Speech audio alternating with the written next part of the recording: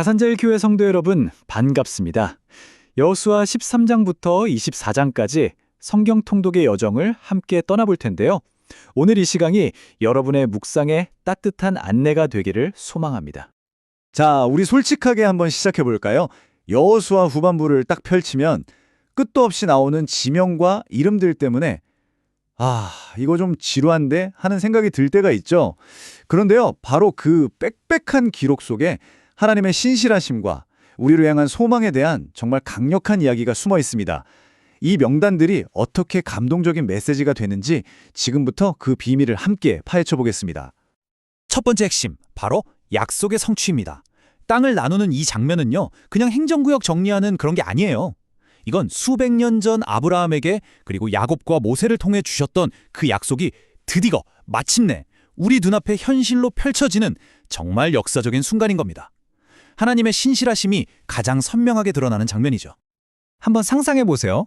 여기에 적힌 모든 경계선, 모든 지명 하나하나가 사실은 하나님의 약속이 찍힌 도장 같은 거예요. 내가 너희를 이렇게 세밀하게 돌보고 있고 내 약속은 이렇게 정확하게 지킨다 하고 보여주시는 살아있는 증거죠. 말씀 그대로 선한 약속 중 단 하나도 땅에 떨어지지 않고 전부 이루어진 겁니다.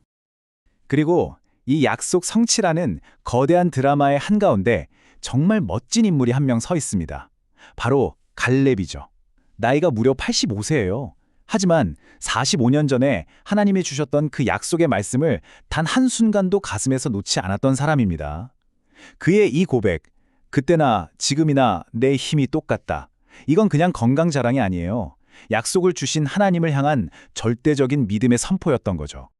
갈렙의 이야기가 우리 마음에 큰 울림을 주는 이유가 바로 여기에 있습니다. 그의 그 흔들리지 않는 믿음. 우리도 살면서 하나님의 약속이 이루어지기를 기다릴 때가 참 많잖아요. 그럴 때마다 이 갈렙을 떠올려 보세요. 45년이라는 그 긴 세월 동안 변치 않았던 그의 믿음이 오늘 우리에게 정말 큰 용기를 주지 않나요? 그런데요, 이야기가 약속을 받았다, 행복하게 살았답니다 하고 끝나지 않습니다. 사실 하나님의 축복을 유산으로 받는다는 건 새로운 도전과 책임의 시작을 의미하거든요. 자, 두 번째 주제로 한번 넘어가 보죠. 여기서 아주 재미있는 장면이 하나 나와요. 바로 요셉 지파 이야기인데요. 이들이 와서 우리는 식구가 많으니까 땅을 좀 더 주세요 하고 요구합니다. 이때 지도자였던 여호수아가 어떻게 했을까요? 그래? 그럼 더 가져가? 하지 않아요. 오히려 그들을 현실에 안주하지 않도록 믿음으로 한 걸음 더 나아가도록 도전장을 내밉니다. 바로 이 한마디, 그 산지를 개척하라.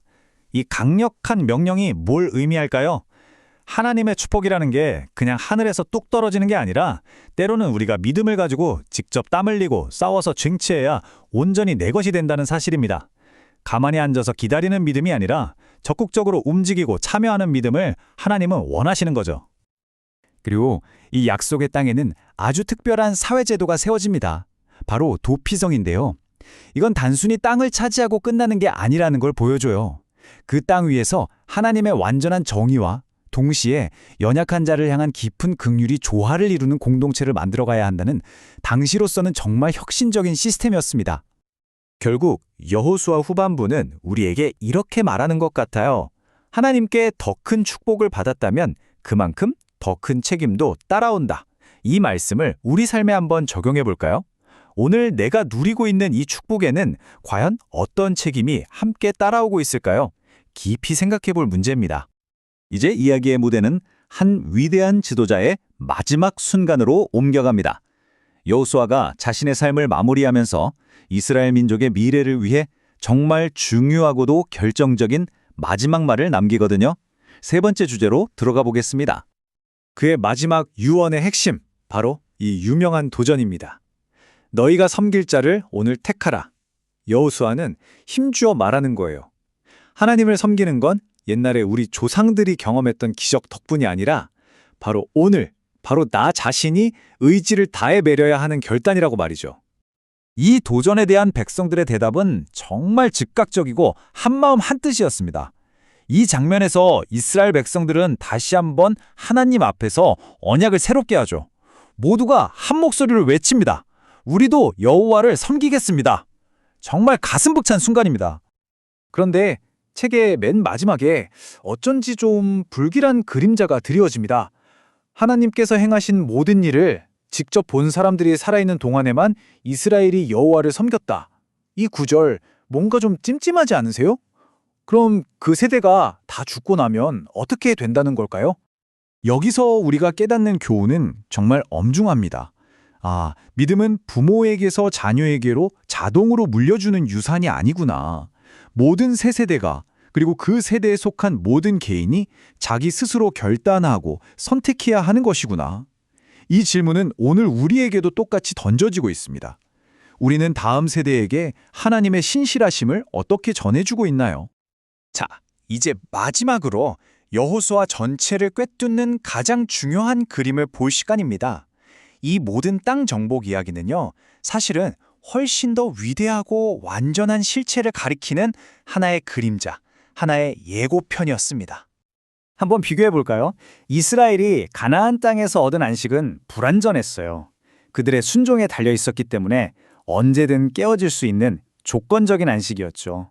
하지만 이 땅에서의 안식은 장차 예수 그리스도 안에서 우리가 누리게 돼 그 누구도 빼앗을 수 없는 완전하고 영원한 안식의 맛보기였던 겁니다. 그리고 여기에 정말 소름 돋는 연결고리가 있습니다. 여호수아라는 이름이 예수라는 이름의 히브리어 형태라는 사실 혹시 알고 계셨나요? 첫 번째 여호수아가 이스라엘 백성을 약속의 땅으로 인도한 것처럼 더 위대하신 여호수아, 바로 우리 예수님께서 우리를 죄와 죽음에서 건져내셔서 영원한 안식으로 인도하십니다. 어쩌면 여호수아서 전체는 바로 이 진짜 구원자를 간절히 기다리게 하려고 기록된 것인지도 모릅니다. 결국 모든 이야기는 다시 하나님의 완벽한 신실하심으로 돌아옵니다. 하나님은 약속을 반드시 지키시는 분이고 그분의 모든 선한 약속의 궁극적인 완성은 바로 우리 주 예수 그리스도 안에서 이루어지는 것입니다. 가산제일교회 성도 여러분, 이제 이 새로운 눈을 가지고 여호수아 13장부터 24장을 펼쳐보시기를 바랍니다. 더 이상 딱딱한 땅 분배 목록이 아니라 우리를 영원한 안식으로 인도하시는 예수 그리스도를 발견하는 보물찾기 같은 여정이 될 겁니다. 이번 성경 통독을 통해 그 어느 때보다 깊고 풍성한 은혜를 경험하시기를 진심으로 축복합니다.